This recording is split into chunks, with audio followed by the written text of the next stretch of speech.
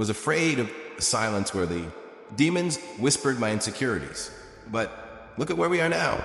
Look at me. I am darker than the night. The night is just the absence of the sun.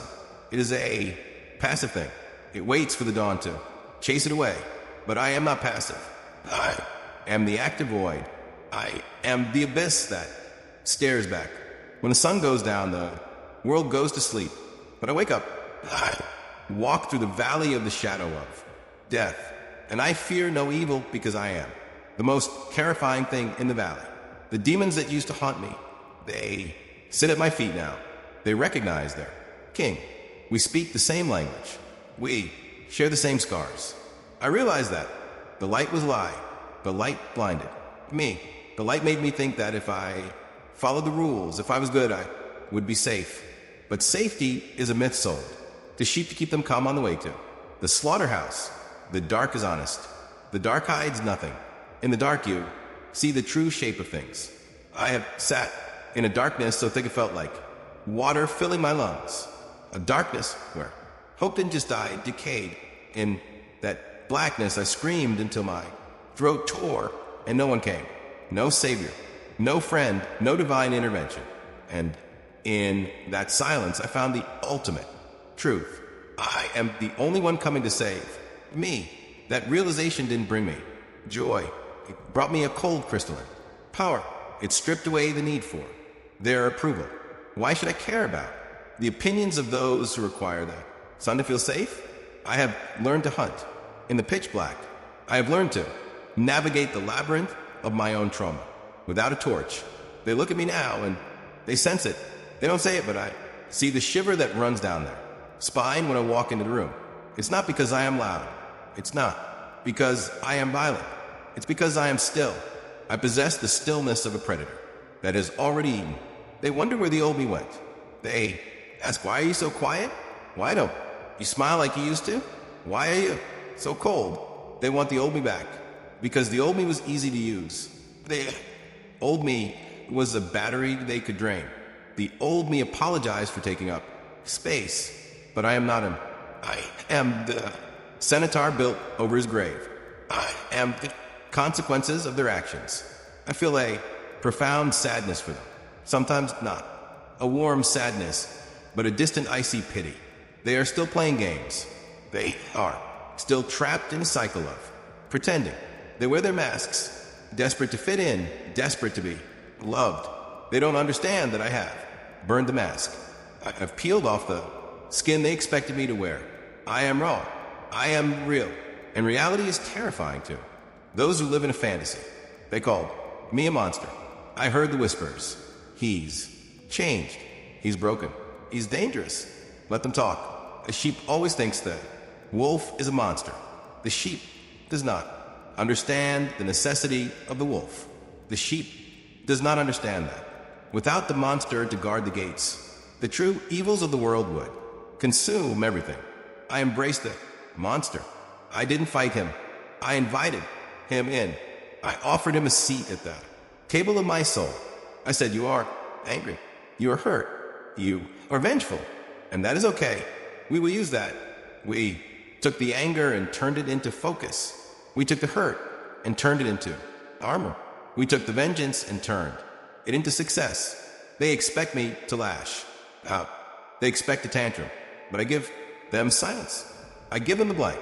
Stare the abyss. And that hurts them more than any word I could scream. My indifference is my weapon. My absence is my revenge. I don't need to hurt them. I just need to outlast them, and I will. Because I have endured the death of my own heart. What can they possibly do to me now? I am stronger than the knife. The knife is finite. I am infinite. The knife rusts. I endure. I am darker than the night. The night ends at dawn.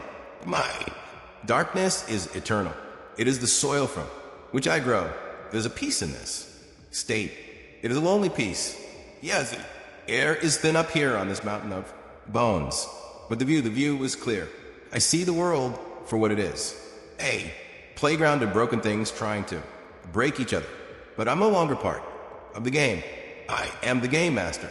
I have taken the pieces off the board. I walk through the streets and I feel like a ghost in a machine. I see them, rushing, worrying, crying over things that do not matter. I want to shake them. I want to scream. Do you not see? None of this is real. The only thing that is real is the strength you build when everything else is burning. But I say nothing. I keep walking. I wrap my coat tighter against the wind, not because I am cold. I am the cold, but to hide the vastness of what I have become. They broke the man.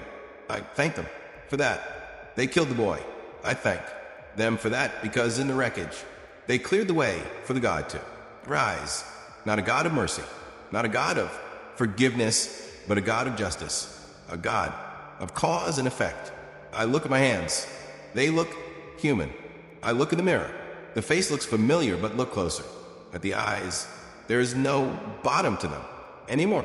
There is only the long dark. Drop into the deep water. I have swallowed the ocean. I have swallowed the storm. I remember when I used to beg for an apology. I used to lay awake at night replaying the betrayal, fantasizing about the moment they would say, I'm sorry. I was wrong.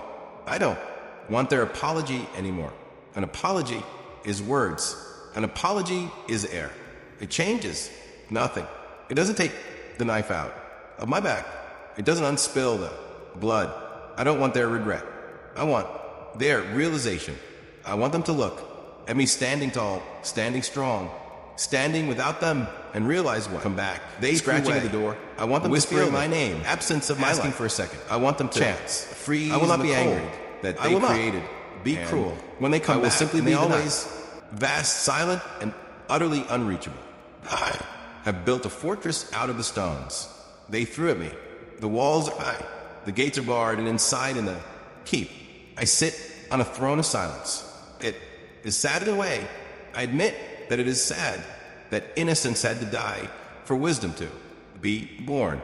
It is sad that I had to become a fortress to survive being a human. It is sad that love was the weapon that almost killed me, but I would not trade this strength for anything. I would not trade this darkness for their false light. I am the exception. While they surrender to the pain, I devour it.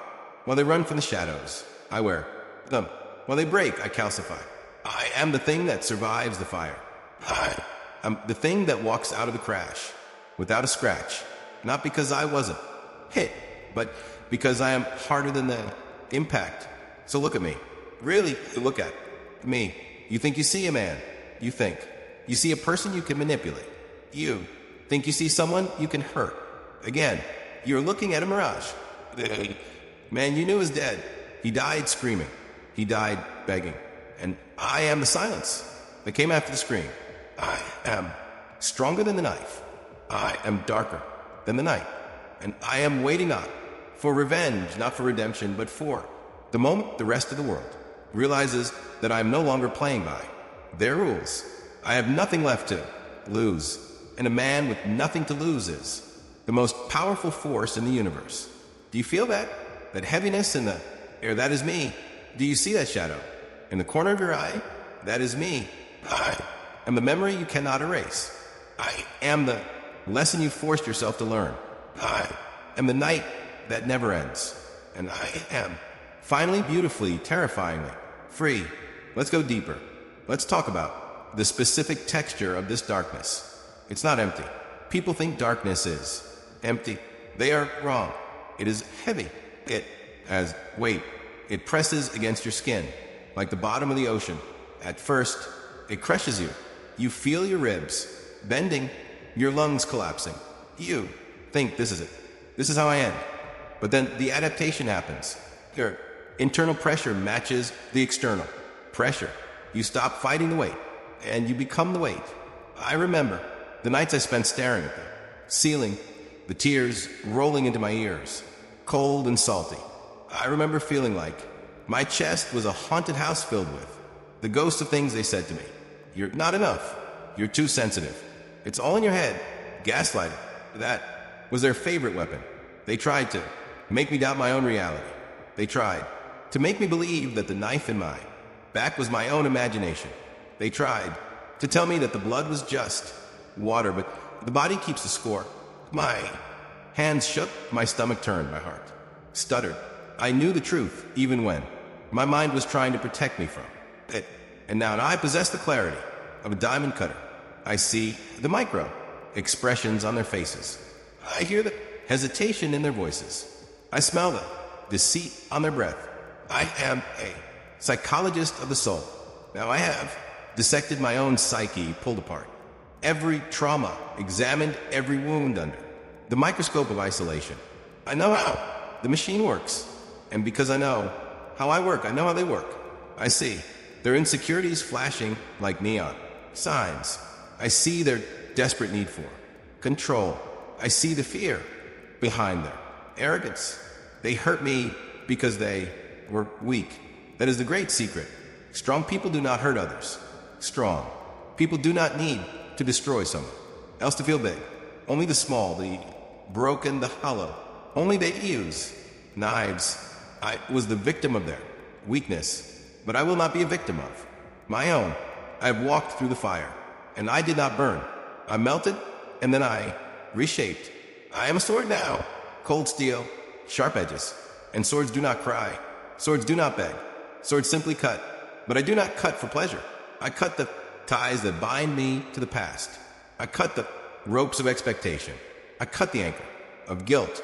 They wanted me to feel guilty for changing. They said, "You've become hard." Yes, I have. Soft things rot. Soft things get eaten. Soft things die. In the winter, I chose to survive the winter. So I became the ice. I look at the scars on my soul and I treat them like metals. They are proof that I was at war. They are proof that I stood on the front lines of emotional annihilation, and I did not retreat. I stood there unarmored while they rained arrows down on me, and I took every single one, pulled them out one by one. I stitched the wounds with a thread of defiance. I am still here. I whispered to the dark. I am still here. I whispered to the pain. I am still here. I shouted to the God that seemed to have forgotten me. And that shout, that was the beginning of the darkness. Because when you shout at the heavens and get no answer, you stop looking up. You start looking in. You realize that the kingdom of hell is within you. But so is the kingdom of power. You realize that you are the devil and the god of your own reality. So I build a temple in the blackness, a temple to the self. I worship at the altar of resilience. My prayers are the grind. My hymns are the silence. My congregation is the memories of who I used to be. I keep the old me in a glass coffin in the center of that temple. I visit him sometimes. I look at his soft face, his trusting eyes. I touch the glass and I whisper, I am sorry they did this to you, but I will.